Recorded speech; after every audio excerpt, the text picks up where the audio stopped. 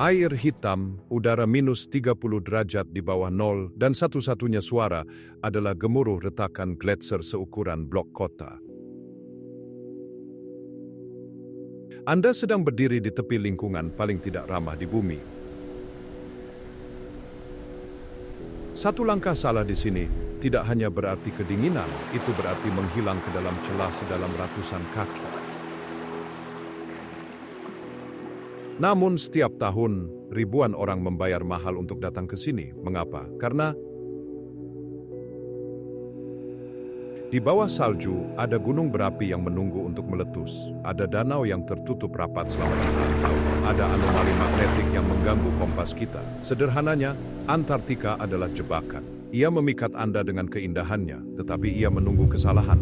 Dan hal-hal yang kami temukan di sini, itu mengubah segalanya. Kebanyakan orang mengira Antartika sebagai balok padat dari tanah beku. Tetapi perhentian pertama dalam perjalanan kami membuktikan bahwa ide itu salah besar. Bayangkan mengarungi kapal Anda langsung ke mulut gunung berapi. Itulah yang persis Anda lakukan ketika Anda mengunjungi Pulau Deception.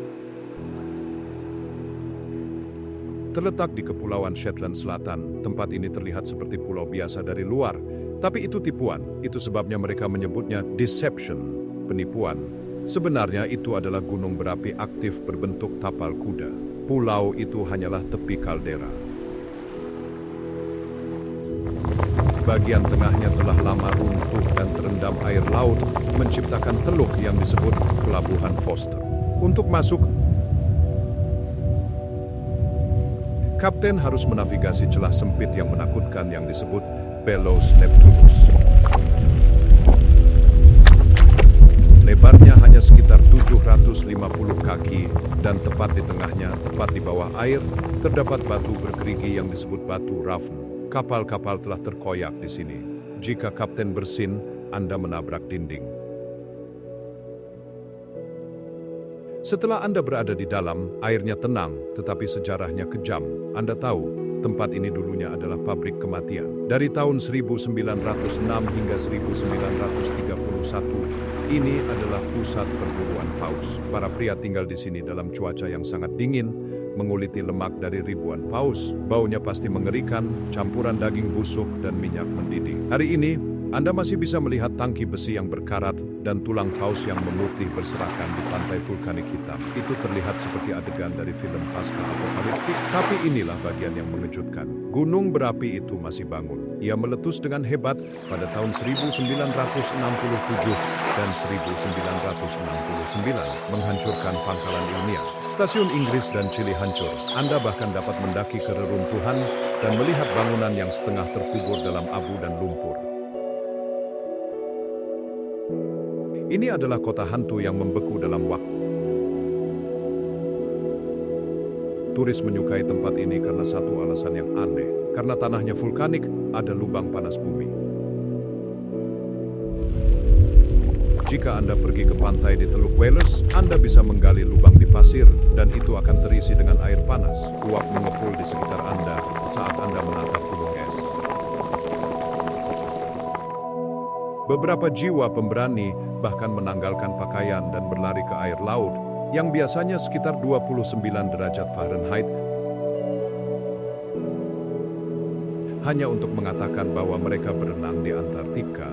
Itu secara resmi disebut polar plunge, lompatan kutub. Melakukannya tidak dikenakan biaya, tetapi harganya adalah kejutan bagi sistem Anda. Tiba di sini tidak murah. Anda melihat biaya pelayaran antara $8.000 dan $15.000 per orang untuk perjalanan standar. Anda akan mendarat di pantai dengan perahu zodiak, mengenakan sepatu bot karet tebal karena Anda harus melangkah ke ombak. Pasirnya hitam, uap mengepul, dan ratusan penguin chinstrap, lebih dari 100.000 pasang di pulau itu, berjalan terhuyung-huyung di sekitar reruntuhan. Itu indah, tetapi menyeramkan. Anda berjalan di atas bom waktu yang bisa meledak lagi kapan saja. Panas di sini menipu, tetapi tempat berikutnya adalah tempat terdingin di bumi. Jika Pulau Deception adalah tentang api, tempat ini adalah tentang es murni dan absolut. Kami melakukan perjalanan 800 mil ke pedalaman, jauh dari pantai ke kutub selatan geografis. Ini adalah cawan suci eksplorasi. itu terletak di 90 derajat selatan. Ketika Anda tiba di sini, hal pertama yang mengejutkan Anda adalah udaranya. Anda secara fisik berdiri di atas dataran tinggi es yang tebalnya hampir 2 mil. Itu berarti ketinggiannya lebih dari 9.000 kaki. Udara tipis. Anda terengah-engah hanya berjalan dari pesawat ke stasiun. Dan dinginnya, itu adalah beban fisik. Suhu rata-rata di musim panas adalah minus 18 derajat Fahrenheit. Di musim dingin, turun menjadi minus 80. Rekor terendah adalah minus 117. Tidak ada kehidupan di sini, tidak ada penguin, tidak ada anjing laut, hanya beberapa manusia yang berusaha untuk tidak membeku. Stasiun Kutub Selatan Amundsen Scott adalah keajaiban teknik. Itu berdiri di atas panggung hidrolik. Mengapa? Karena angin meniup salju ke bangunan. Dan jika ia duduk di tanah, ia akan terkubur dalam beberapa tahun. Jadi, mereka dapat mendongkrak seluruh bangunan untuk membiarkan salju bertiup di bawahnya. Di dalamnya, itu seperti stasiun luar angkasa. Mereka memiliki rumah kaca untuk menanam sayuran segar, gym, dan bahkan ruang musik, tetapi di luar sejarahnya tragis. Pada tahun 1911, Roald Amundsen, seorang Norwegia, berpacu dengan Robert Falcon Scott, seorang Inggris, ke tempat ini. Amundsen menang. Scott tiba sebulan kemudian melihat bendera Norwegia dan harus berjalan kembali. Dia dan timnya meninggal dalam perjalanan pulang. Hari ini, Anda dapat melihat Kutub Selatan seremonial, bola logam yang dikelilingi oleh bendera negara-negara perjanjian Antartika. Ini adalah kesempatan foto yang bagus. Tetapi kutub geografis yang sebenarnya berjarak beberapa ratus kaki. Dan inilah fakta liar, lapisan es bergerak. Ia meluncur sekitar 30 kaki setiap tahun menuju Laut Weddell. Jadi, setiap hari tahun baru, para ilmuwan harus secara fisik memindahkan penanda ke tempat yang benar-benar baru. Bagi seorang turis, tiba di sini sangat sulit. Anda tidak bisa hanya mengambil pelayaran biasa. Anda harus terbang ke pedalaman, biasanya dari camp seperti Glacier Union. Label harganya, Anda melihat sekitar $50.000 hingga $60.000 untuk perjalanan yang mencakup beberapa jam di kutub. Itu adalah salah satu perjalanan sehari termahal di planet ini. Dan waktu menjadi aneh di sini. Karena semua garis bujur bertemu pada satu titik ini, Kutub Selatan secara teknis berada di setiap zona waktu sekaligus. Tetapi untuk menjaga hal-hal tetap sederhana, mereka beroperasi pada waktu Selandia Baru. Matahari terbit pada bulan September dan tidak terbenam sampai bulan Maret. Itu berarti 6 bulan siang hari yang konstan. Jam tubuh Anda tidak pernah tahu kapan harus tidur. Itu adalah kekosongan putih yang membingungkan yang membentang selamanya. Anda tidak bisa tinggal lama di sini, tetapi perhentian kami berikutnya adalah gerbang menuju segalanya. Jika Kutub Selatan sepi, Pulau King George ramai. Terletak di ujung semenanjung Antartika, ini adalah pusat perkotaan Antartika. Ini adalah yang terbesar dari Kepulauan Shetland Selatan, dan rasanya kurang seperti padang gurun dan lebih seperti kota pertambangan perbatasan di bulan. Disinilah sebagian besar turis terbang pelayaran mendarat. Jika Anda tidak ingin muntah selama 2 hari melintasi Selat Drake yang kasar dengan kapal, Anda membayar ekstra untuk menerbangkan pesawat khusus dari Chili langsung ke sini. Anda mendarat di landasan kerikil di stasiun Frei, Chili. Itu nyata. 1 menit Anda berada di udara, menit berikutnya Anda melangkah ke tanah dan es, dikelilingi oleh hanggar dan kendaraan beroda rantai. Apa yang membuat Pulau King George liar adalah suasana internasional. Ada pangkalan penelitian dari Chili, Rusia, Tiongkok, Uruguay, Korea Selatan, dan banyak lagi. Semuanya berdesakan di sebelah satu sama lain. Anda bisa berjalan dari Chili ke Rusia dalam waktu sekitar 15 menit.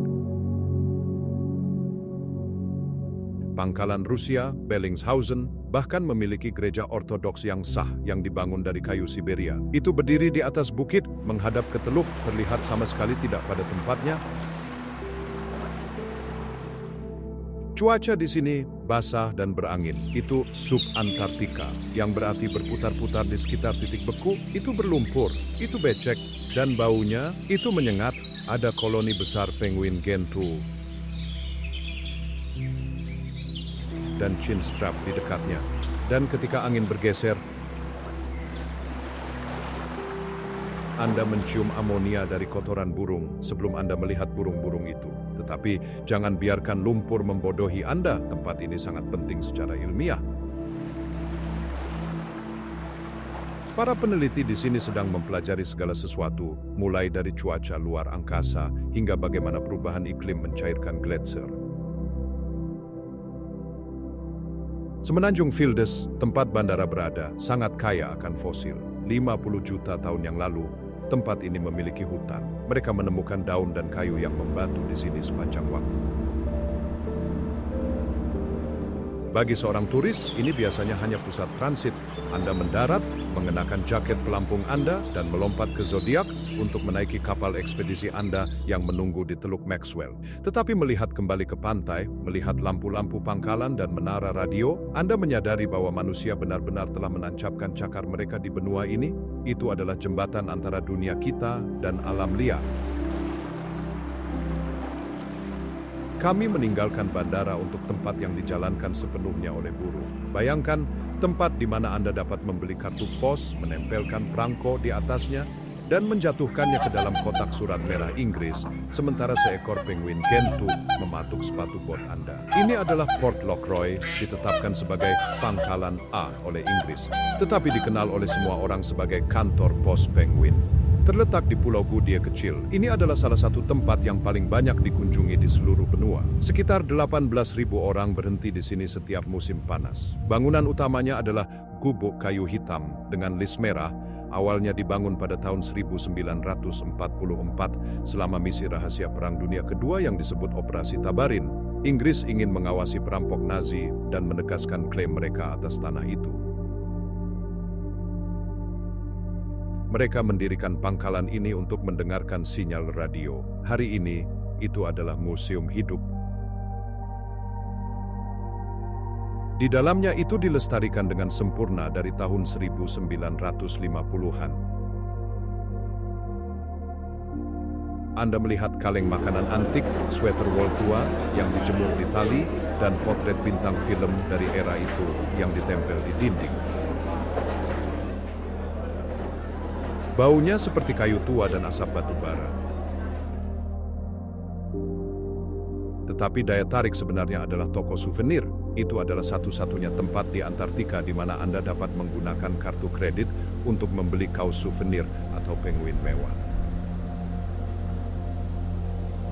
Hasilnya disalurkan ke UK Antarctic Heritage Trust untuk memperbaiki gubuk-gubuk bersejarah. Staf di sini adalah legenda. Setiap tahun, ribuan orang melamar hanya 4 tempat untuk menjalankan kantor pos selama musim panas. Mereka tidak memiliki air mengalir, tidak ada pancuran, dan listrik terbatas. Mereka berbagi pulau dengan sekitar 2.000 penguin Gentoo, dan jujur saja, penguin menjalankan tempat itu. Mereka bersarang tepat di bawah tangga dan menghalangi jalan menuju museum. Anda harus menunggu mereka bergerak. Secara hukum, Anda tidak dapat melintasi jalan raya mereka. Fakta liar di sini adalah baunya. Dengan 2.000 penguin buang air besar di atas batu seukuran lapangan sepak bola, bau di akhir musim panas sangat menyengat mata. Salju berubah menjadi merah muda dan hijau dari kotoran burung. Tetapi latar belakangnya menakjubkan. Anda dikelilingi oleh puncak-puncak bergerigi dari pegunungan Seven Sisters dan gletser yang menabrak laut. Anda dapat mengirim kartu pos dari sini kepada keluarga Anda di rumah. Biayanya sekitar $2 untuk perangko.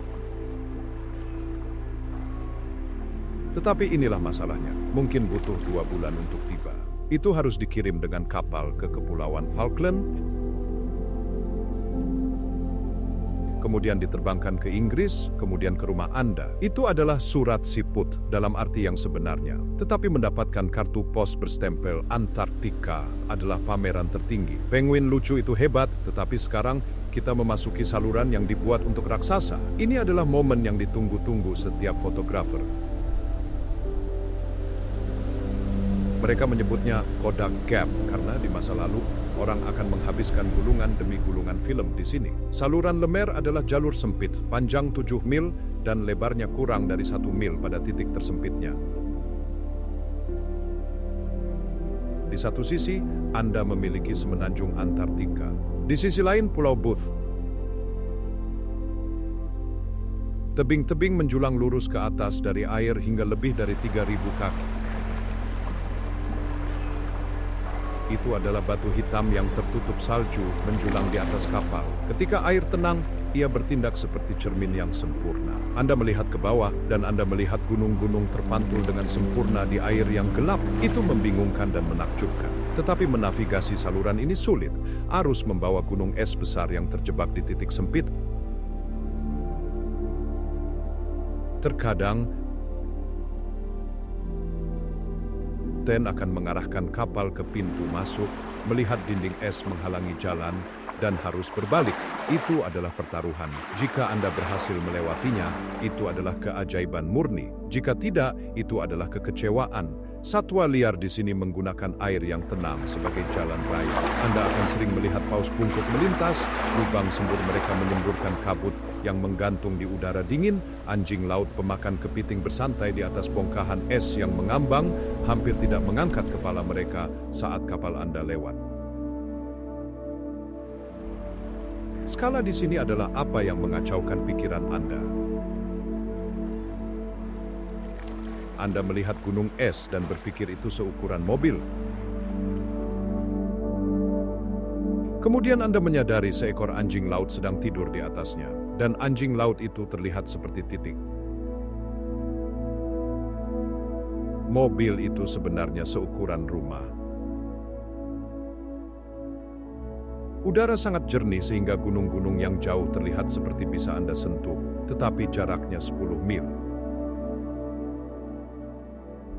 Tidak ada pendaratan di sini, Anda tetap berada di kapal.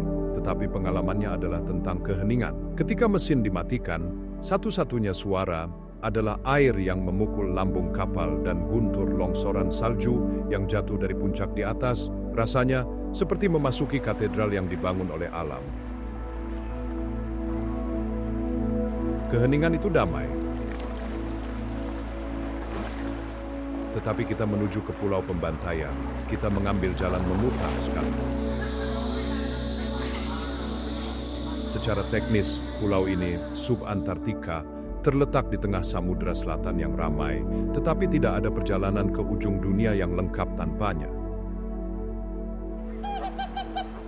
Jika Antartika adalah tanah es, Georgia Selatan adalah tanah daging. Hal yang tidak diberitahukan siapapun kepada Anda adalah bahwa kepadatan kehidupan di sini mencekik. Anda tidak mendarat di pantai yang kosong, Anda mendarat di pantai yang benar-benar bergerak. Kita berbicara tentang penguin raja, spesies penguin terbesar kedua di dunia. Mereka berdiri setinggi 3 kaki dengan percikan oranye terang di leher mereka. Dan mereka berkumpul dalam koloni yang berjumlah ratusan ribu. Suara itu memekakkan telinga. Kedengarannya seperti stadion penuh orang bersiul dan berteriak sekaligus. Dan baunya, sederhananya, itu adalah pukulan amonia ke wajah yang tidak akan pernah Anda lupakan.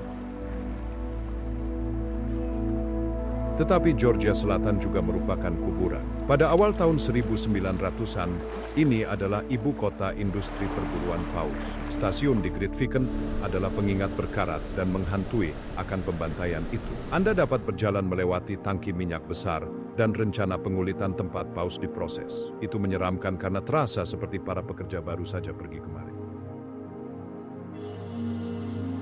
Kait emosional yang sebenarnya di sini adalah Sir Ernest Shackleton. Disinilah kisah bertahan hidup terbesar dalam sejarah berakhir. Setelah kapalnya Endurance dihancurkan oleh es pada tahun 1915, dia mengarungi sekoci kecil sejauh 800 mil melintasi samudra terpuruk di bumi untuk mencapai pulau ini dan menyelamatkan krunya. Dia meninggal di sini bertahun-tahun kemudian dalam ekspedisi lain. Anda dapat mengunjungi makamnya. Sudah menjadi tradisi bagi para pelancong untuk menuangkan satu sloki whisky di batu nisannya untuk menghormati sang bos. Beberapa tahun yang lalu, pulau ini diserbu oleh tikus yang datang dengan kapal.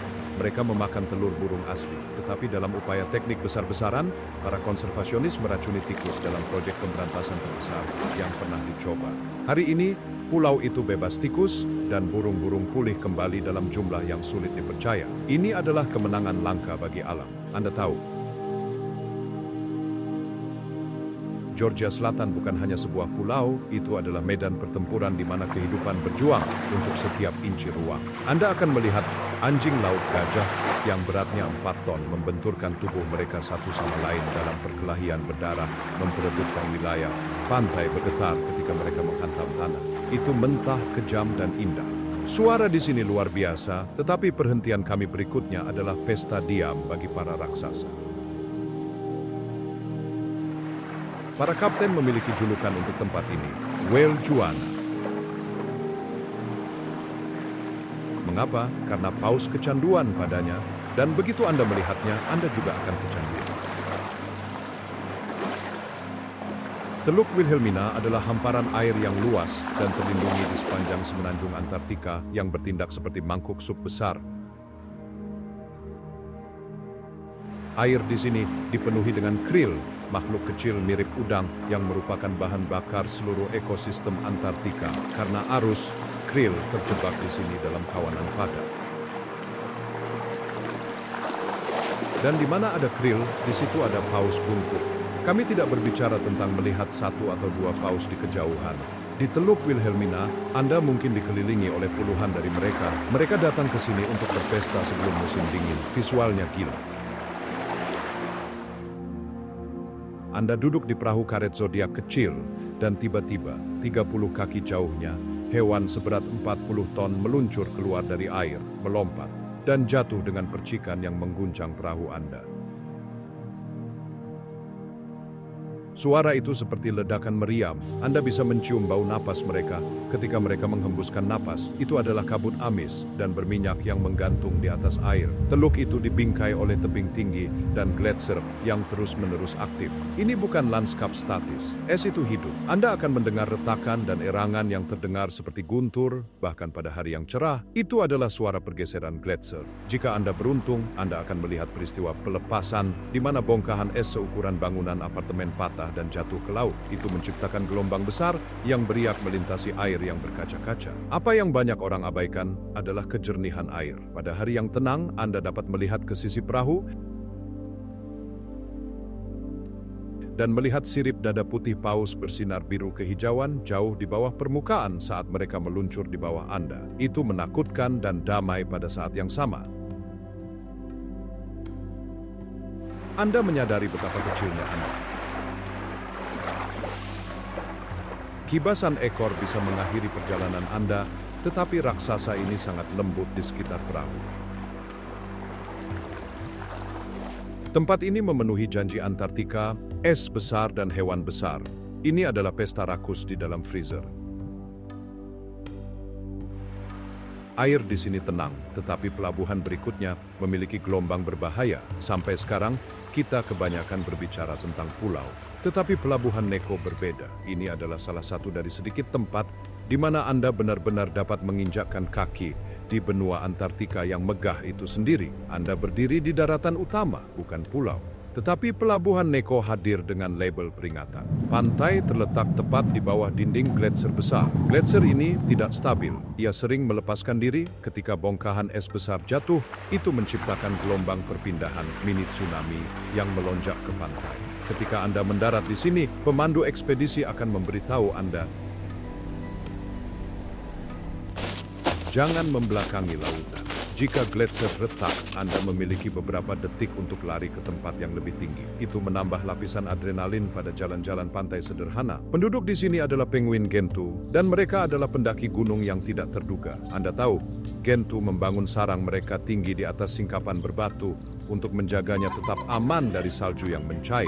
Ini berarti mereka telah menciptakan jalan raya penguin, alur dalam yang aus di salju, di mana ribuan burung berjalan berbaris naik dan turun bukit setiap hari. Anda dapat mendaki di samping mereka.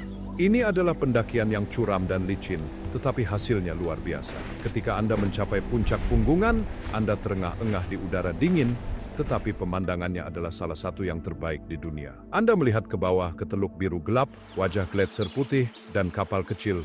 Anda terlihat seperti mainan di kejauhan. Keheningan itu mendalam, hanya dipecahkan oleh napas terengah-engah para pendaki dan panggilan burung. Hal yang tidak diberitahukan siapapun kepada Anda adalah betapa kotornya jalan raya penguin. Salju berwarna merah muda, dan coklat dari kotoran burung. Menjadi penguin adalah urusan yang berantakan dan berbau, tetapi melihat mereka tersandung dan meluncur di perut mereka saat turun adalah komedi murni. Mereka canggung di darat, tetapi torpedo di air. Pelabuhan Neko menangkap kontras Antartika dengan sempurna. Bahaya es yang pecah melawan komedi burung yang berjalan terhuyung-huyung. Ini adalah tempat di mana Anda harus tetap waspada. Kami meninggalkan gelombang berbahaya untuk teluk dengan nama yang menipu. Mereka menamai tempat ini Pelabuhan Surga karena suatu alasan. Di dunia badai dan lautan abu-abu, teluk ini seringkali merupakan kantong ketenangan mutlak. Gunung-gunung begitu tinggi dan curam sehingga mereka menghalangi angin, mengubah air menjadi cermin yang sempurna. Ketika Anda memasuki Pelabuhan Surga, Anda kehilangan jejak apa yang di atas dan apa yang di bawah. Pantulan gletser di air begitu sempurna sehingga foto terlihat seperti ilusi optik. Ini adalah tempat utama untuk kaya. Anda dapat mendayung tanpa suara melalui labirin Burgee Pits, bongkahan es kecil yang berkilauan seperti berlian di bawah sinar matahari, tetapi ada bekas luka manusia di sini. Anda akan melihat bangunan oranye Stasiun Brown, pangkalan penelitian Argentina. Itu memiliki kisah liar. Pada tahun 1984, dokter stasiun diberitahu bahwa ia harus tinggal untuk musim dingin lagi. Dia menjadi gila. Dia tidak ingin tinggal. Jadi, dia diduga membakar stasiun untuk memaksa evakuasi. Pangkalan itu terbakar dan semua orang harus diselamatkan oleh kapal Amerika Serikat. Itu dibangun kembali, tetapi itu tetap menjadi pengingat tentang bagaimana isolasi di sini dapat memecah pikiran manusia. Secara geologis, tempat ini menarik. Ini adalah salah satu tempat di mana fosil telah ditemukan, membuktikan bahwa Antartika pernah hangat. Para ilmuwan telah menemukan kayu dan daun yang membatu di sini. Sulit dibayangkan. Tetapi jutaan tahun yang lalu, teluk beku ini ditutupi hutan hijau subur. Hari ini, Anda mungkin melihat paus minke muncul di air yang tenang. Mereka lebih kecil dari paus bungkuk dan sangat ingin tahu. Mereka terkadang menjulurkan kepala, spy hopping, untuk melihat kayak. Bayangkan duduk di perahu plastik, setinggi air dengan lautan yang membeku dan menatap mata dengan paus. Di belakang stasiun ada bukit bersalju besar. Beberapa turis meluncur di atasnya dengan punggung mereka, kereta luncur manusia. Itu adalah momen kegembiraan murni di lanskap yang biasanya mencoba membunuh Anda. Pelabuhan Surga terasa seperti suaka, tombol jeda dalam kekacauan Samudra Selatan. Airnya seperti kaca, tetapi pulau berikutnya berbentuk seperti senjata. Pulau ini terlihat persis seperti namanya. Itu adalah serpihan batu bergerigi berbentuk bulan sabit yang menjulang dari laut. Itu adalah tempat yang dramatis dan moody. Kabut sering menggantung rendah di sini, memotong puncak gunung-gunung terdekat, membuat pulau itu terasa seperti melayang di awan. Bintang-bintang pertunjukan di sini adalah penguin chin strap. Mereka dinamai dari garis hitam tipis bulu yang membentang di bawah dagu mereka. Terlihat seperti mereka mengenakan helm militer kecil. Mereka agresif. Jika Anda berjalan terlalu dekat, mereka tidak akan mundur. Mereka akan memekik dan mematuk sepatu bot Anda. Mereka adalah petarung jalanan di dunia penguin. Anda akan melihat sesuatu yang lucu di sini, pencurian kerikil. Penguin membangun sarang mereka dari batu-batu kecil untuk menjaga telur mereka dari tanah basah. Tetapi mengumpulkan batu adalah kerja keras. Jadi banyak dari mereka hanya menunggu tetangga mereka berpaling, lalu mencuri batu dari sarang mereka. Ini adalah siklus kejahatan yang konstan dan tidak pernah berakhir.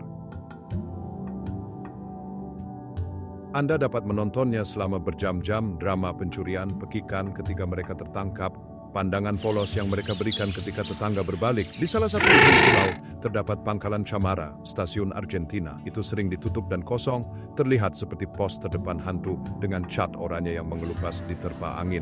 Itu menambah suasana terpencil. Tanah di sini ditutupi lumut kerak dan lumut, memercikan hijau dan oranye cerah di atas batu hitam dan salju putih. Ini adalah salah satu dari sedikit tempat di mana Anda melihat tanaman tumbuh subur. Di bawah tebing, Anda mungkin melihat anjing laut Weddell tidur. Mereka adalah yang lucu, mata besar, wajah tersenyum seperti kucing. Mereka tidur sangat nyenyak sehingga Anda akan mengira mereka mati sampai mereka mengeluarkan dengkuran besar. Pulau Half Moon adalah impian fotografer karena kontrasnya, batu hitam, salju putih, es biru, dan lumut kerak oranye menciptakan palet yang terlihat tidak nyata. Ini adalah pulau kecil, tetapi memberikan pukulan suasana yang berat. Kerikil dicuri di sini, tetapi pulau berikutnya adalah kuburan para raksasa. Jika Anda berpikir pulau-pulau lain ramai, persiapkan diri Anda. Pulau Coverfield adalah serangan sensorik. Ini adalah rumah bagi koloni penguin Gentoo terbesar di seluruh semenanjung Antartika. Kita berbicara tentang ribuan demi ribuan burung yang berdesakan di atas kubah berbatu yang curam. Saat perahu kecil Anda mendekat, hal pertama yang mengejutkan Anda bukanlah pemandangan. Itu adalah baunya. Sederhananya, bau krill yang diproses, kotoran burung merah muda adalah sesuatu yang menempel di belakang tenggorokan Anda. Tebing di sini sebenarnya diwarnai merah dan oranye, bukan dari batu, tetapi dari kotoran burung selama berabad-abad. Itu menjijikkan. Tetapi itu juga merupakan tanda kehidupan yang meledak di padang pasir beku. Apa yang banyak orang abaikan adalah betapa bugar burung-burung ini. Coverfield pada dasarnya adalah gunung curam yang menjulang dari laut. Untuk sampai ke sarang mereka, penguin-penguin ini harus berjalan terhuyung-huyung di lereng vertikal yang akan membuat pendaki manusia terengah-engah. Anda melihat mereka melompat, terpeleset, dan jatuh tersungkur, tetapi mereka tidak pernah menyerah. Mereka melakukan ini ratusan kali sehari untuk memberi makan anak-anak mereka. Suara itu adalah raungan konstan yang berderak. Gentoo melempar kepala mereka ke belakang dan bersorak ke langit. Ketika Anda memiliki 6.000 pasang yang melakukan ini sekaligus, Anda tidak dapat mendengar diri Anda sendiri berpikir, itu kacau. Skua, burung pemangsa coklat besar, berputar-putar di atas kepala seperti burung nasar, menunggu untuk menukik dan menyambar telur yang tidak terlindungi atau anak ayam yang lemah. Drama terjadi tepat di kaki Anda. Tetapi di tengah kekacauan ada romansa. Anda akan melihat penguin jantan mengambil kerikil yang sempurna di paruhnya dan berjalan terhuyung-huyung ke pasangannya. Dia membungkuk dan mempersembahkan batu itu. Jika dia menyukainya, dia menambahkannya ke sarang. Jika tidak, dia mengabaikannya. Ini adalah opera sabun yang dimainkan di atas tumpukan batu beku. Air di sekitar Coverfield sama sibuknya. Itu dangkal dan penuh dengan gunung es yang telah kandas di dasar laut. Ini menjadikannya jebakan yang sempurna untuk krill yang membawa paus mingke. Anda dapat berdiri di pantai, dikelilingi oleh burung-burung yang berteriak, dan melihat sirip paus memotong air hanya 50 yard jauhnya. Suara di sini memekakkan telinga, tetapi kita bergerak ke tempat hantu diam. Hanya berlayar singkat terdapat Pulau Danco, dinamai dari Emil Danco, seorang ahli geofisika Belgia yang meninggal dalam ekspedisi pada tahun 1898. Dia meninggal karena kondisi jantung yang diperburuk oleh dingin yang brutal dan tubuhnya diturunkan ke laut dalam. Pulau itu berdiri sebagai monumen sunyi untuk risiko eksplorasi awal. Tempat ini terkenal karena satu hal spesifik, pendakian. Itu adalah jalur zigzag di lereng bersalju yang membawa Anda ke puncak pulau. Itu membakar kaki. Tetapi alasan Anda melakukannya adalah untuk pemandangan di puncak. Anda berdiri di tengah saluran Erera, dikelilingi oleh gletser di semua sisi. Hal yang tidak diberitahukan siapapun kepada Anda adalah bahwa saluran ini bertindak seperti sarung tangan penangkap untuk gunung es. Bongkahan es besar melayang di sini dan terjebak di perairan dangkal. Dari atas Danco, melihat ke bawah, lautan terlihat seperti koktail biru yang diisi dengan es batu putih raksasa. Warna-warna itu tidak nyata, biru elektrik, indigo pekat, dan putih yang menyilaukan. Jika Anda berkunjung di awal musim, sekitar bulan November, pulau itu sering dikelilingi oleh es cepat. Ini adalah air laut yang masih membeku padat, menempel ke daratan. Ini berarti kapal bahkan tidak bisa sampai ke pantai. Sebagai gantinya, kapten mungkin memarkir kapal dengan menabrakkan haluan ke lapisan es. Anda kemudian berjalan menuruni jembatan langsung ke lautan beku. Berjalan di atas air, di atas kedalaman ratusan kaki, adalah perasaan yang mengacaukan otak Anda.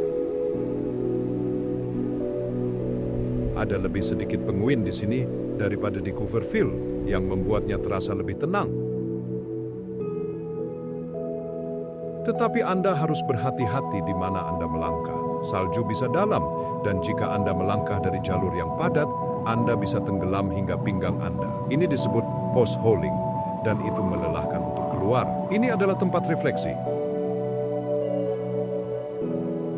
Anda melihat keindahan, tetapi Anda ingat Dancho, pria yang tidak pernah kembali ke rumah. Itu mengingatkan Anda bahwa Antartika tidak peduli dengan rencana Anda. Es di sini putih, tetapi perhentian kami berikutnya berdarah merah cerah. Sekarang kita meninggalkan semenanjung dan menuju jauh ke lembah kering McMurdo. Ini adalah tempat terkering di bumi. Belum pernah hujan di sini dalam 2 juta tahun. Itu terlihat seperti permukaan Mars, debu cokelat, batu hitam, dan nol salju. Tetapi tumpah keluar dari Gletser Taylor adalah sesuatu yang terlihat seperti film horor. Itu disebut air terjun darah. Cairan merah padam yang cerah mengalir keluar dari retakan di es putih dan menodai wajah Gletser sebelum mengalir ke danau beku. Ketika para penjelajah pertama kali melihatnya pada tahun 1911, mereka mengira itu adalah alga merah. Mereka salah. Kebenarannya jauh lebih aneh. Darah ini sebenarnya air asin yang sangat kaya akan zat besi. Itu berasal dari danau subglasial yang terperangkap 400 meter di bawah es. Danau ini telah tertutup dari dunia luar selama lebih dari 1 juta tahun. Tidak ada cahaya, tidak ada oksigen, dan airnya 3 kali lebih asin dari lautan. Itulah sebabnya ia tidak membeku bahkan pada -10 derajat. Ketika air asin kuno ini akhirnya retak melalui es dan mengenai udara, zat besi bereaksi dengan oksigen, itu berkarat seketika. Itulah warna merahnya, itu benar-benar air yang berkarat. Tetapi inilah faktor apa-apaan, ada kehidupan di air itu. Para ilmuwan menemukan 17 jenis mikroba yang hidup di danau yang tertutup gelap asin itu di bawah gletser. Mereka menghirup zat besi dan belerang alih-alih oksigen. Ini mengubah semua yang kita ketahui tentang kehidupan. Jika sesuatu dapat bertahan hidup di sana, dalam gelap dan dingin, maka mungkin kehidupan ada di lautan beku bulan-bulan Jupiter atau di bawah lapisan es Mars. Anda tidak bisa begitu saja melakukan pelayaran di sini. Anda harus terbang dengan helikopter dari pangkalan penelitian. Itu terpencil. Angin menjerit melalui lembah, mengukir bebatuan, menjadi bentuk aneh yang disebut ventifax. Berdiri di sana, melihat es yang berdarah, Anda merasa seperti berada di planet lain. Itu adalah kapsul waktu biologis yang membocorkan rahasianya ke dunia modern. Darah itu kuno, tetapi misteri berikutnya tidak terlihat dan melewati Anda begitu saja. Kami kembali ke Kutub Selatan, tetapi kami tidak melihat bendera. Kami melihat teleskop paling aneh yang pernah dibuat. Kebanyakan teleskop melihat ke langit, yang ini melihat ke bawah, jauh ke dalam es. Itu disebut ice cube. Anda tahu alam semesta penuh dengan partikel kecil yang tak terlihat yang disebut neutrino. Mereka dijuluki partikel hantu karena mereka melewati segalanya, bintang, planet, bangunan, dan bahkan tubuh Anda tanpa menyentuh apapun. Triliunan dari mereka melewati Anda saat ini. Untuk menangkap mereka, Anda membutuhkan jebakan. Jebakan itu adalah es itu sendiri. Para ilmuwan mengebor lubang sedalam 1,5 mil ke dalam lapisan es Antartika yang murni. Mereka menurunkan lebih dari 5.000 sensor seukuran bola basket pada tali ke dalam lubang-lubang ini dan kemudian membiarkan es membeku kembali di sekitar mereka. Mereka pada dasarnya mengubah 1 kilometer kubik es menjadi kamera raksasa. Begini cara kerjanya. Kadang-kadang sangat jarang neutrino akan menabrak atom di es. Ketika itu terjadi, itu menciptakan kilatan cahaya biru kecil. Sensor yang terkubur mendeteksi kilatan biru itu. Dengan melacak cahaya, para ilmuwan dapat mengetahui dari mana neutrino itu berasal. Biasanya dari bintang yang meledak atau lubang hitam miliaran tahun cahaya jauhnya. Yang liar adalah skalanya. Bagian atas percobaan berada di bawah salju. Anda bisa berjalan tepat di atasnya dan tidak tahu itu ada di sana. Satu-satunya tanda adalah bangunan kecil yang disebut Laboratorium Ice Cube di atas panggung. Di dalamnya, rak-rak server berdengung memproses data yang menulis ulang hukum fisika. Orang-orang yang bekerja di sini adalah Winterovers. Mereka tinggal di Kutub Selatan selama 1 tahun penuh. Selama 6 bulan kegelapan, mereka benar-benar terputus. Tidak ada pesawat yang bisa mendarat karena terlalu dingin. Bahan bakar akan berubah menjadi jeli. Jika terjadi kesalahan, tidak ada penyelamatan. Mereka sendirian dengan partikel hantu mereka, menatap layar, menunggu pesan dari sisi lain galaksi. Sains berkuasa di sini, tetapi pangkalan berikutnya beroperasi dengan minuman keras buatan sendiri. Sains di Antartika biasanya sangat serius. Tetapi di pangkalan penelitian Vernadsky yang terletak di Pulau Galindes, itu datang dengan sisi keramahan. Stasiun ini milik Ukraina, tetapi dulunya milik Inggris. Bahkan, ia memiliki salah satu kisah real estate paling lucu dalam sejarah. Pada tahun 1996, Inggris memutuskan mereka tidak menginginkan pangkalan itu lagi, terlalu mahal untuk dibongkar dan dikirim pulang. Jadi, mereka menjual seluruh stasiun ke Ukraina dengan harga simbolis 1 pound Inggris. Itu kurang dari $2, seluruh pangkalan Antartika seharga sebatang permen. Tetapi ini bukan hanya gubuk murah. Ini adalah tempat yang tepat di mana para ilmuwan Inggris pada tahun 1980-an menemukan lubang di lapisan ozon. Penemuan itu secara harfiah menyelamatkan dunia, menyebabkan larangan bahan kimia yang merusak atmosfer kita. Peralatan yang mereka gunakan masih ada di sana, mengukur ozon setiap hari. Bagi pengunjung, yang menarik adalah Faraday Bar. Itu secara luas dianggap sebagai bar publik paling selatan di dunia. Itu terlihat seperti pub Inggris dengan kayu gelap, papan dart, dan meja biliar. Tetapi minuman pilihannya adalah Ukraina murni. Para ilmuwan di sini menyuling vodka mereka sendiri menggunakan es Gletser. Mereka menyebutnya Vernadsky Moonshine. Itu kuat, halus, dan dijamin akan menghangatkan Anda. Secara historis, jika Anda membawa bra ke bar dan menyumbangkannya untuk dekorasi di belakang meja, Anda mendapat minuman gratis. Itu adalah tradisi aneh yang menghasilkan koleksi pakaian dalam yang tergantung dari langit-langit. Namun, dalam beberapa tahun terakhir, mereka telah mengurangi itu agar lebih profesional. Sekarang, Anda hanya membayar beberapa dolar. Pangkalan itu nyaman. Orang Ukraina dikenal karena sangat ramah. Mereka akan mencap paspor Anda dengan logo unik yang menampilkan penguin. Di luar jendela, pemandangannya spektakuler dengan gunung es melayang melalui saluran Lemer di dekatnya. Itu terasa kurang seperti lab steril dan lebih seperti pondok perbatasan di mana sains itu serius, tetapi malamnya hangat. Minumannya kuat, tetapi pelabuhan berikutnya adalah taman bermain predator. Jika Anda benci menaiki tangga, Anda akan membenci pelabuhan Orn. Tetapi jika Anda ingin merasa seperti seorang penakluk, inilah tempatnya. Terletak di pantai Graham Land, ini sebenarnya bukan pelabuhan dalam arti tradisional. Itu adalah teluk yang dikelilingi oleh gunung-gunung yang menjulang tinggi dan gletser yang tergantung mengancam di atas air. Untuk sampai ke atraksi utama, Anda harus mendapatkannya. Tempat pendaratan adalah sebidang kecil pantai berbatu. Dari sana, Anda melihat ke atas dan ke atas.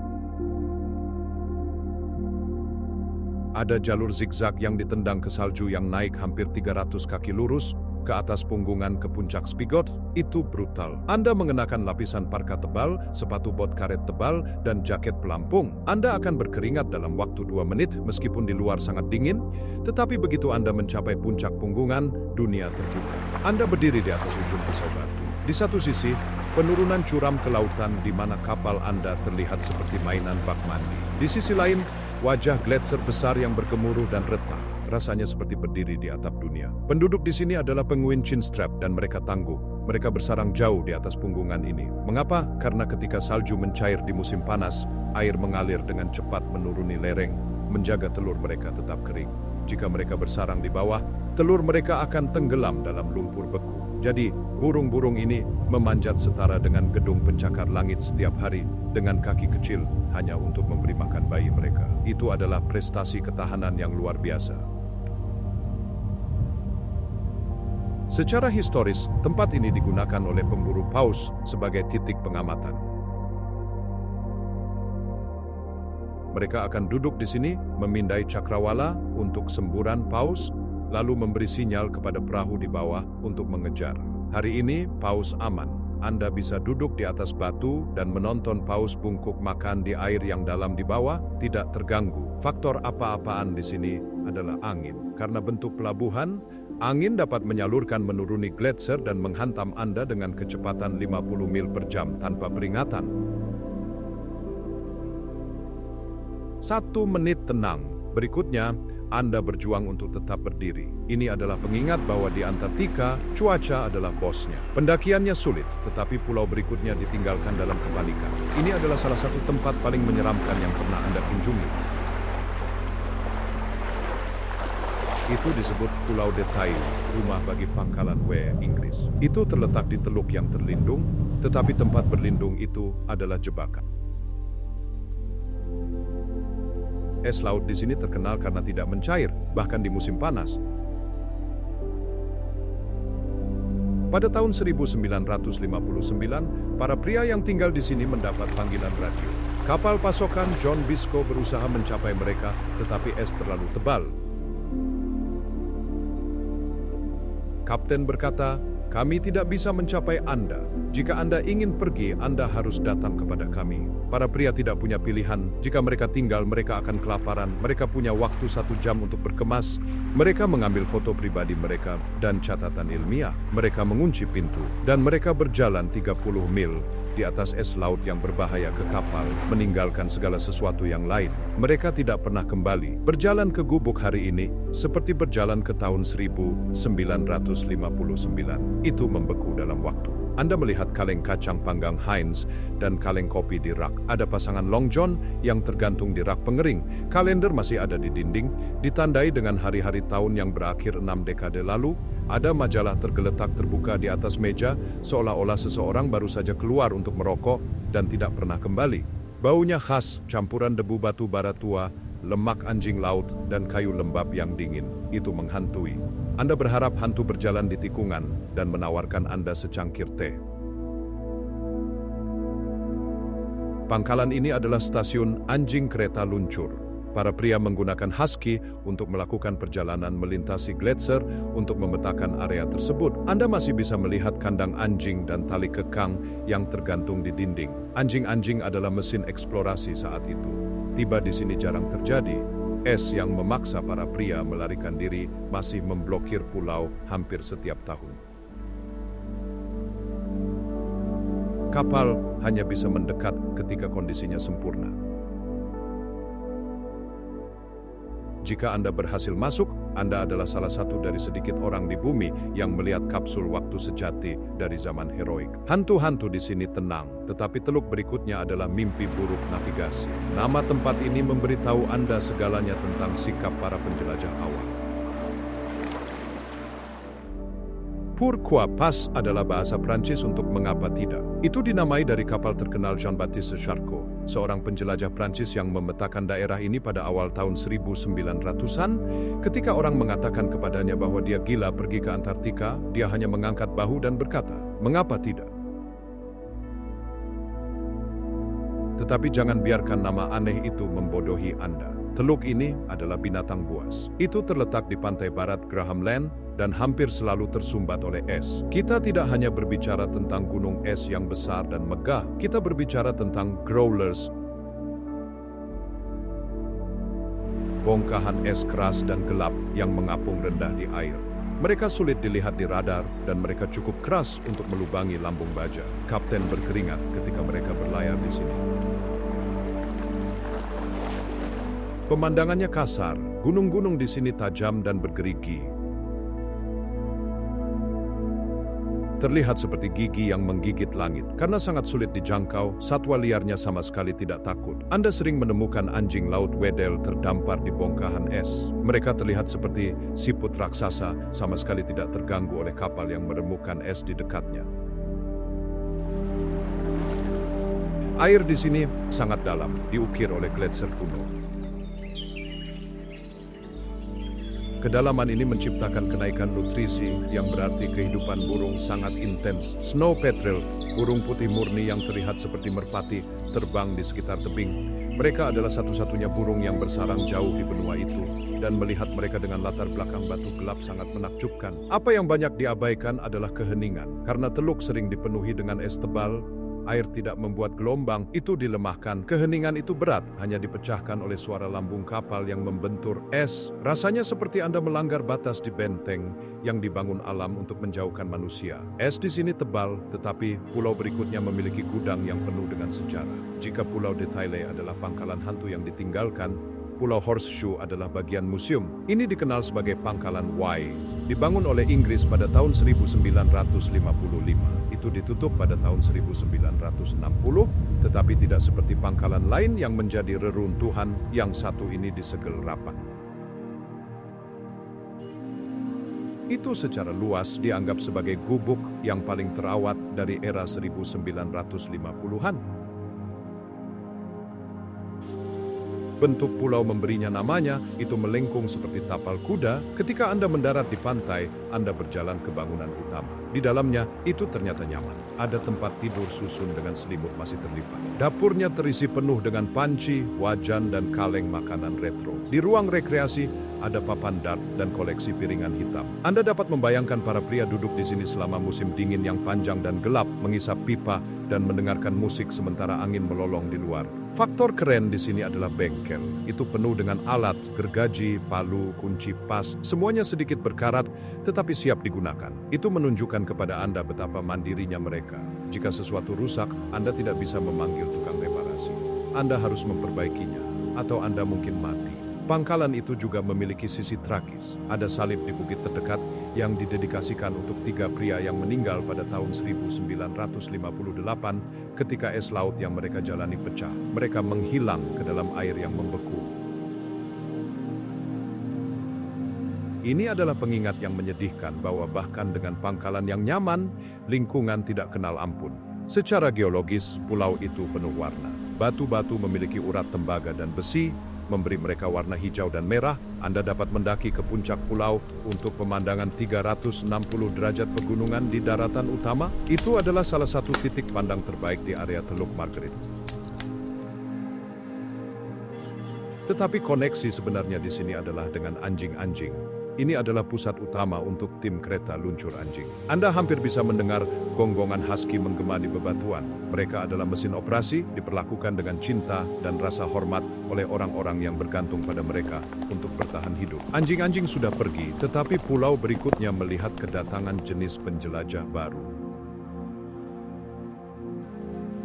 Pulau kecil berbatu ini memiliki tempat besar dalam sejarah. Itu unik karena merupakan rumah bagi 2 pangkalan berbeda dari 2 negara berbeda yang terletak tepat di sebelah satu sama lain. Anda memiliki Pangkalan Timur Amerika dan Pangkalan E Inggris.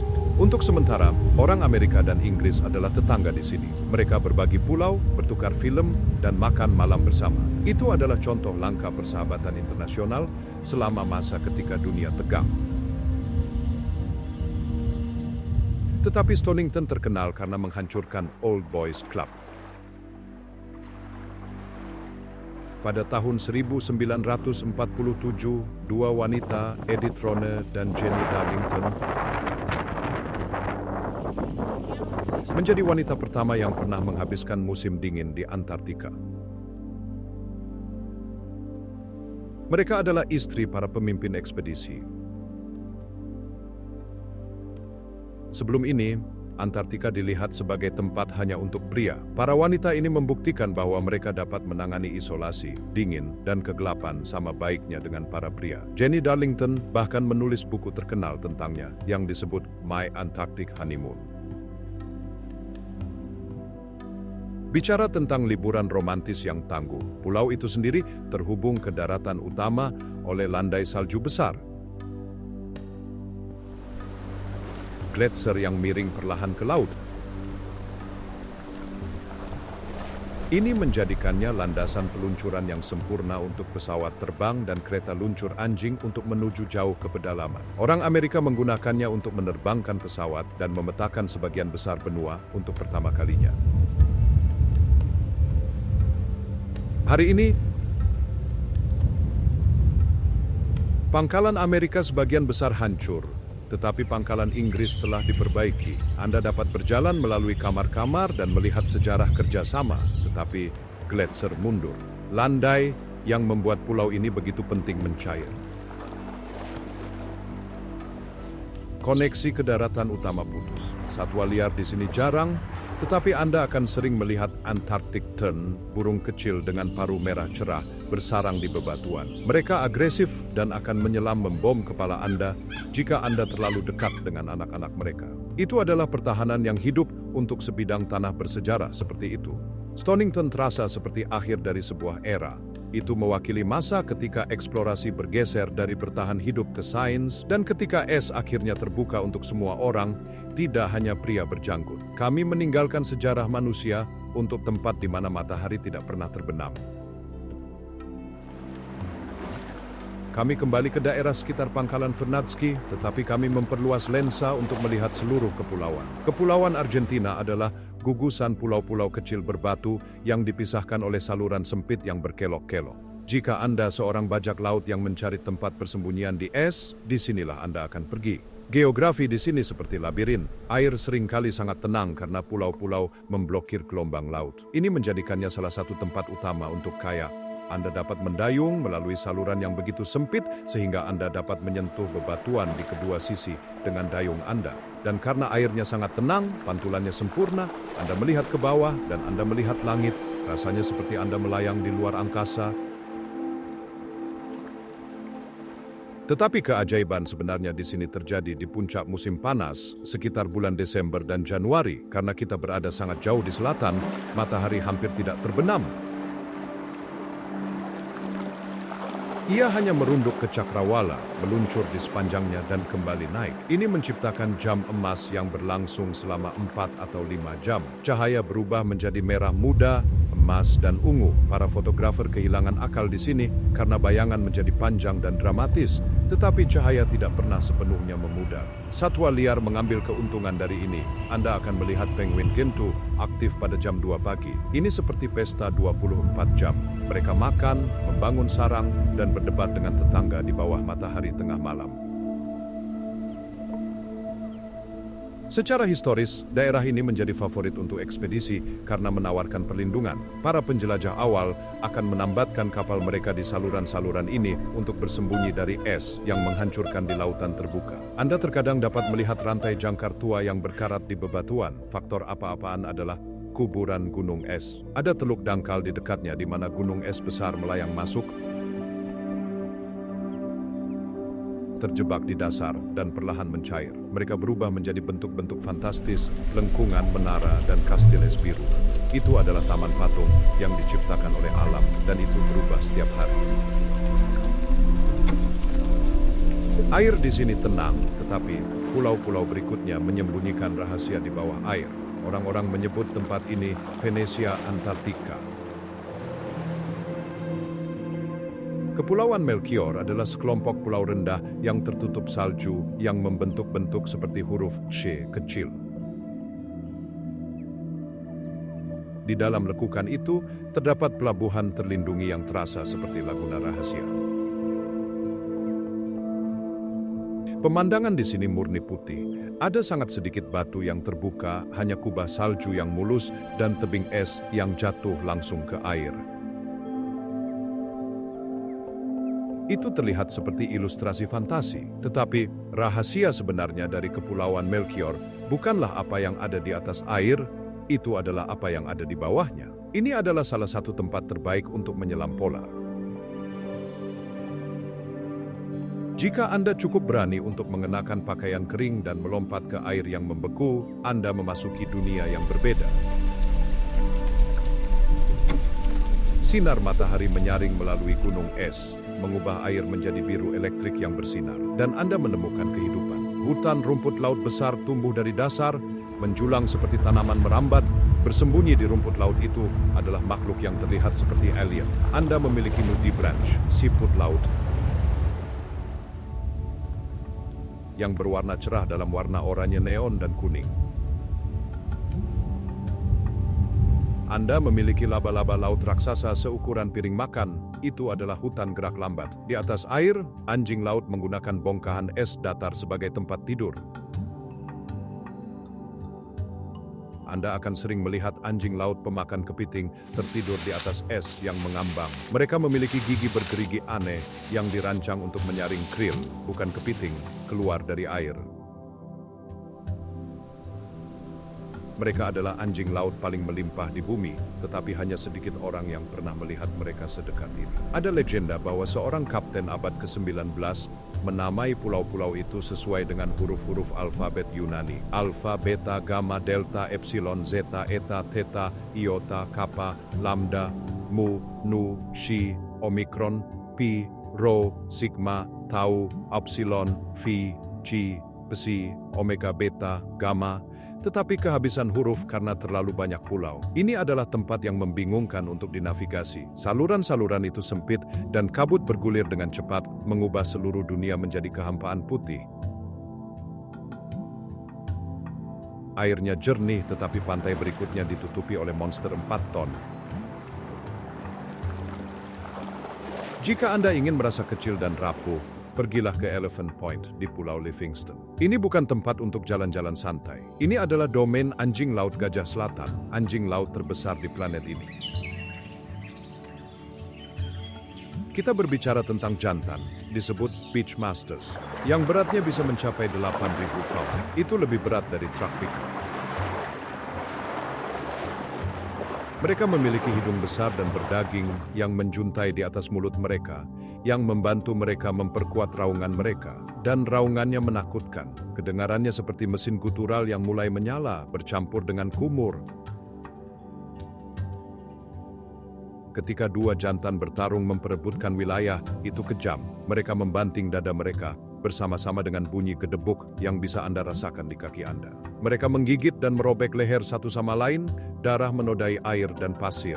Itu adalah pertandingan gladiator, dan pemenangnya mendapatkan harem betina. Sebagai turis, Anda harus hati-hati. Hewan-hewan ini terlihat lambat dan malas ketika mereka berbaring, terlihat seperti batu-batu besar, tetapi mereka dapat bergerak sangat cepat di atas pasir jika mereka marah. Aturannya adalah tetap rendah dan menjaga jarak. Jika Beachmaster melihat Anda dan mengangkat kepalanya, Anda terlalu dekat. Tetapi ada sisi yang lebih lembut dari tempat ini. Di antara raksasa yang bertarung, Anda akan melihat anak-anak anjing laut. Mereka lahir dengan bulu hitam dan mata besar yang penuh perasaan. Mereka sangat berisik, menggonggong dan menangis untuk ibu mereka. Pantai itu sendiri didukung oleh gletser besar dan kontrasnya liar. Anda memiliki es murni dan kuno di latar belakang, dan di latar depan, Anda memiliki tumpukan lemak yang mendengkur, bersendawa, dan bertarung. Itu adalah alam dalam bentuknya yang paling mentah dan tidak disaring.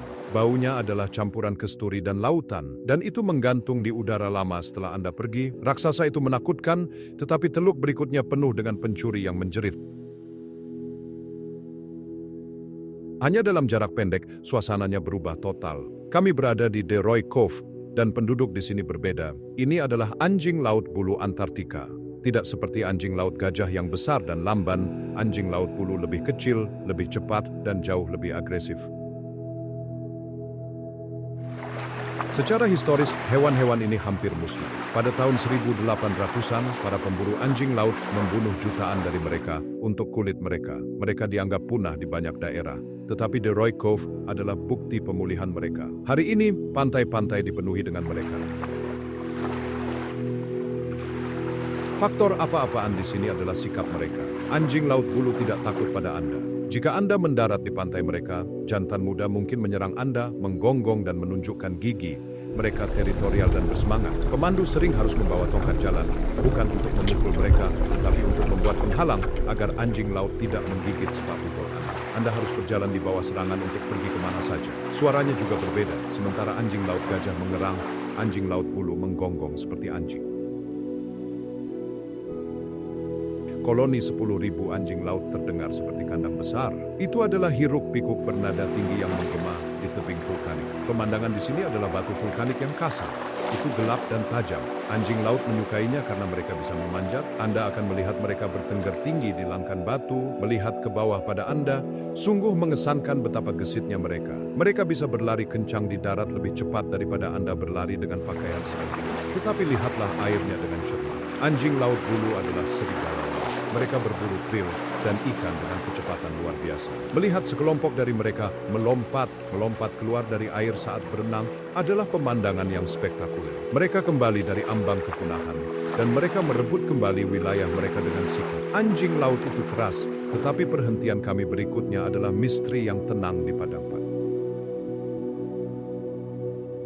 Kami melompat kembali ke misteri benua. Jauh di padang pasir polar ada fitur yang menentang logika. Salah satunya sering disebut dalam log penjelajah lama sebagai Poland Spring, mata air Polandia. Kemungkinan terkait dengan penelitian Polandia tentang kimia hidrologi Antartika yang sangat berbeda, atau anomali serupa seperti kolam Don Juan. Begini situasinya, Anda berada di lanskap di mana suhunya minus 20 derajat Fahrenheit. Semuanya seharusnya membeku padat, batu seharusnya rapuh, air seharusnya es. Tetapi kemudian Anda menemukan kolam air cair. Bagaimana ini mungkin? Itu bukan sihir, itu kimia. Mata air ini sebenarnya adalah pembuangan air hypersalin. Air yang sangat asin sehingga tidak bisa membeku, itu kaya akan kalsium klorida. Rasanya berminyak saat disentuh. Jika Anda mencoba meminumnya, itu akan membakar tenggorokan Anda. Tempat ini dicatat oleh ekspedisi awal di era 1909 sebagai keingintahuan, ilusi, oasis air tawar di tengah salinitas. Tetapi hari ini, kita tahu itu adalah mesin waktu. Air yang menggelembung di sini telah terperangkap di bawah tanah selama ribuan tahun. Fakta liar adalah kehidupan yang ditemukan di sini. Anda akan berpikir tidak ada yang bisa hidup di air beracun, super asin, dan membeku. Anda salah. Para ilmuwan telah menemukan mikroba yang berkembang biak dalam lumpur ini. Mereka tidak membutuhkan sinar matahari, mereka tidak membutuhkan kehangatan, mereka memakan bahan kimia. Inilah mengapa NASA terobsesi dengan tempat-tempat seperti ini. Ini adalah analog Mars yang sempurna. Mars membeku, asin, dan kering. Jika kehidupan dapat bertahan hidup di mata air Polandia, ia dapat bertahan hidup di planet merah. Berdiri di sini, Anda tidak melihat genangan air. Anda melihat ekosistem alien tepat di bumi. Itu tenang, itu aneh, dan itu benar-benar mengubah definisi Anda tentang apa arti dapat dihuni. Airnya asing, tetapi teluk berikutnya adalah panggung untuk pawai legendaris. Kami menuju jauh ke selatan sekarang. Kebanyakan turis tinggal di utara di semenanjung. Tetapi Teluk Margaret berbeda. Ini berada di dalam lingkaran Antartika. Matahari di sini berperilaku berbeda. Di musim dingin, ia menghilang selama berminggu-minggu. Di musim panas, ia tidak pernah terbenam. Itu adalah tempat yang ekstrim, bahkan untuk Antartika. Bintang-bintang dari panggung beku ini adalah penguin kaisar. Anda mengenal mereka dari film. Mereka adalah raksasa, berdiri setinggi 4 kaki. Mereka adalah satu-satunya hewan yang cukup gila untuk berkembang biak selama musim dingin Antartika. Ketika setiap makhluk lain melarikan diri ke utara untuk menghindari kegelapan dan dingin minus 60 derajat, kaisar berbaris ke selatan. Mereka berkerumun bersama di atas es yang cepat dalam skram besar untuk berbagi panas tubuh.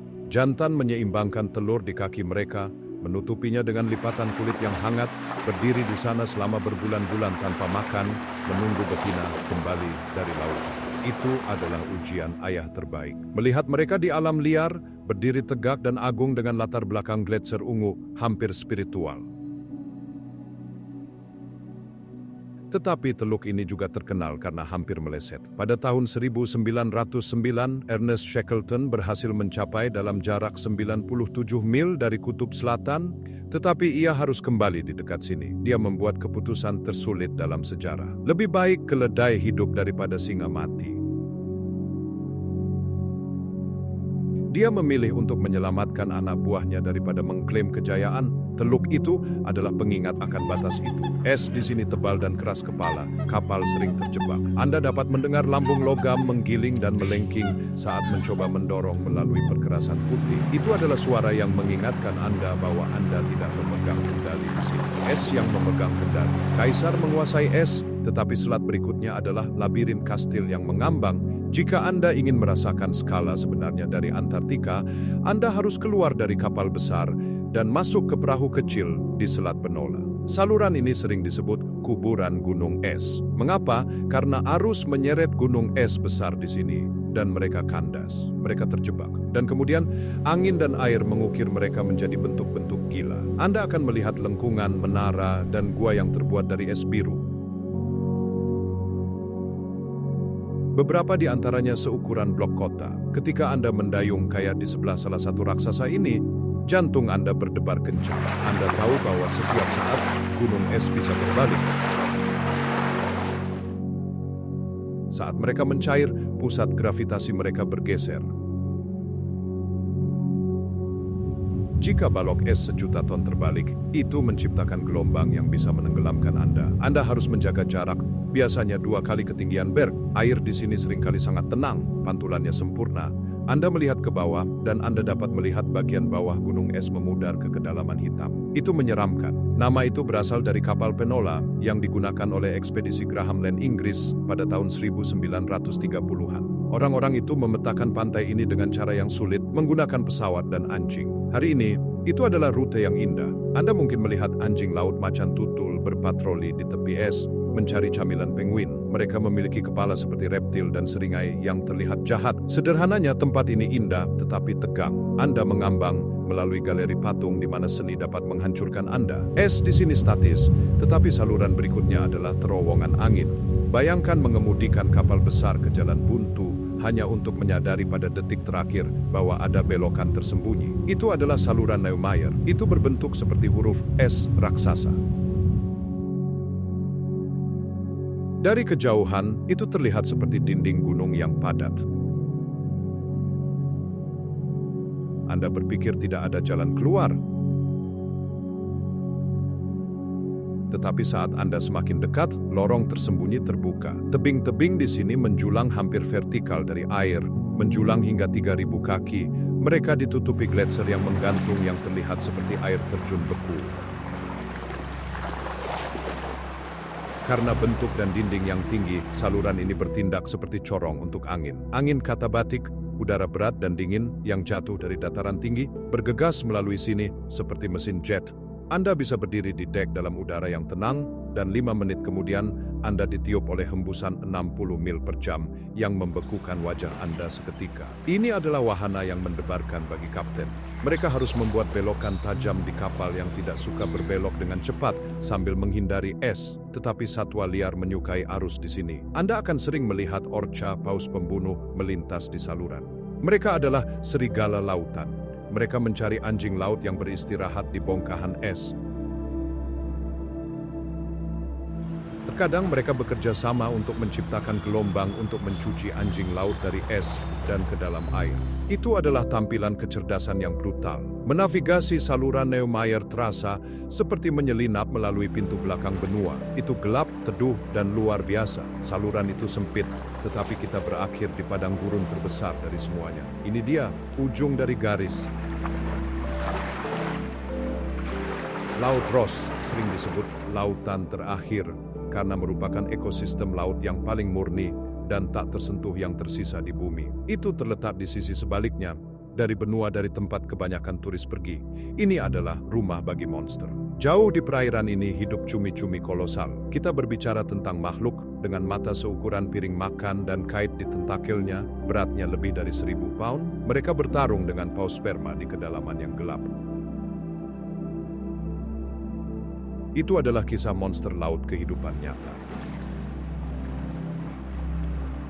tetapi permukaannya sama liarnya. Rak es Ross seukuran Prancis.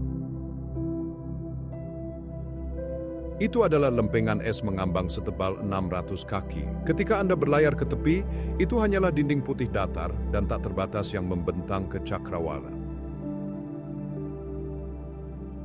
Disinilah para penjelajah awal seperti Scott dan Shackleton mendirikan base camp mereka. Anda masih dapat mengunjungi gubuk kayu mereka. Mereka membeku dalam waktu dengan biskuit dan kaus kaki, masih duduk di rak dari tahun 1911. Biologi di sini meledak. Di musim panas, air berubah menjadi hijau dengan plankton yang memberi makan krill, yang memberi makan segala sesuatu yang lain. Anda memiliki jutaan penguin Adelie, paus Minke, dan orca semua di satu tempat. Pada tahun 2016, dunia setuju untuk menjadikan ini area konservasi laut yang terbesar dalam sejarah. Itu adalah zona dilarang memancing. Tiba di sini adalah pengembaraan. Dibutuhkan berminggu-minggu berlayar melalui laut paling kasar di planet ini, tetapi hadiahnya adalah melihat Antartika persis, seperti yang dilihat para pahlawan pertama, mentah, besar, dan penuh dengan kehidupan. Lautan itu hidup, berdenyut dengan arus dan makhluk, tetapi tempat terakhir kita menyimpan sesuatu yang sama sekali berbeda. Itu menyimpan air paling jernih di planet ini, dan jauh di dalam kejernihan itu, ia menjaga bangkai kapal paling terkenal dalam sejarah. Kami mengakhiri perjalanan kami di Laut Weddell. Ini bukan hanya badan air lain. Tempat ini memiliki reputasi yang menakutkan, bahkan pelaut yang paling keras. Sejarawan dan penjelajah menyebutnya wilayah paling berbahaya dan suram di bumi. Tetapi mengapa? Bukan hanya dinginnya, itu karena laut ini adalah jebakan. Ia ingin menahan Anda di sana. Arus laut di sini bekerja berbeda dari tempat lain. Mereka menciptakan pusaran besar, pusaran raksasa, berputar-putar yang bertindak seperti penjara. Itu memadatkan es laut rapat ke pantai, menciptakan dinding yang hampir mustahil untuk ditembus. Ini adalah tempat yang tepat di mana kapal legendaris Ernest Shackleton Endurance menemui nasibnya pada tahun 1915. Bayangkan suara es itu tidak hanya mengelilingi kapal, itu menghancurkannya. Tekanan es yang padat mematahkan kayu berat seperti korek api. Selama lebih dari 1 abad, Endurance terdampar di dasar, tersembunyi dalam kegelapan, menciptakan salah satu misteri terbesar di laut. Tetapi pada tahun 2022, misteri itu terpecahkan. Mereka menemukannya. Itu duduk 10.000 kaki di bawah, berdiri tegak dan bangga dalam kegelapan yang membeku. Yang mengejutkan dunia bukan hanya karena mereka menemukannya, tetapi bagaimana penampilannya. Itu diawetkan dengan sempurna. Di perairan yang lebih hangat, cacing pemakan kayu akan melahap kapal puluhan tahun yang lalu. Tetapi Laut Weddell terlalu dingin bagi mereka. Kapal itu terlihat seperti tenggelam kemarin. Anda masih dapat dengan jelas membaca nama Endurance melengkung di buritan. Itu adalah hantu bawah air terbaik, kapsul waktu yang membeku selamanya pada tahun 1915. Tetapi Laut Weddell bukan hanya kuburan. Ia memiliki keindahan rahasia dan menakutkan. Air di sini secara luas dianggap paling jernih dari semua lautan di bumi. Di kebanyakan laut, Anda tidak bisa melihat terlalu jauh ke bawah. Di sini, para ilmuwan telah mengukur visibilitas hingga 260 kaki. Untuk menempatkan itu dalam perspektif, itu seperti melihat melalui air suli. Kejernihan itu sangat ekstrim sehingga menciptakan rasa vertigo. Jika Anda bersandar di sisi perahu dan menjatuhkan koin,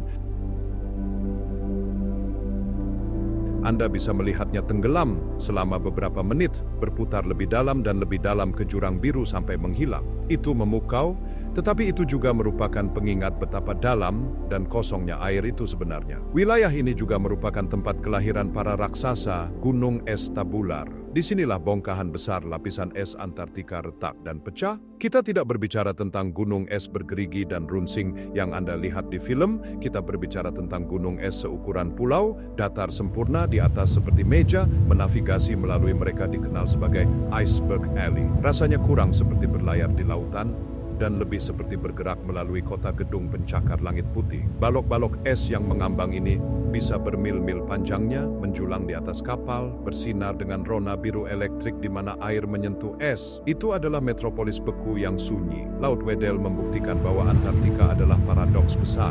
Ini adalah tempat yang menghancurkan kapal dan membunuh manusia yang tidak siap dengan efisiensi brutal, namun ia melestarikan sejarah dengan kesempurnaan yang halus. Itu bermusuhan, terlarang, dan berbahaya, tetapi juga rapuh dan sangat jernih. Itu adalah tempat paling asing yang dapat Anda kunjungi tanpa menaiki roket. Jadi, sekarang Anda tahu rahasia es. Tetapi inilah pertanyaan yang tidak ingin dijawab siapapun. Es mencair, mengungkapkan minyak dan sumber daya senilai triliunan.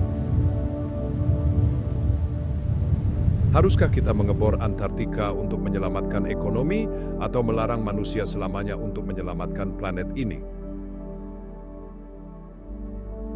Suka, berlangganan, dan komentari bor atau selamatkan di bawah.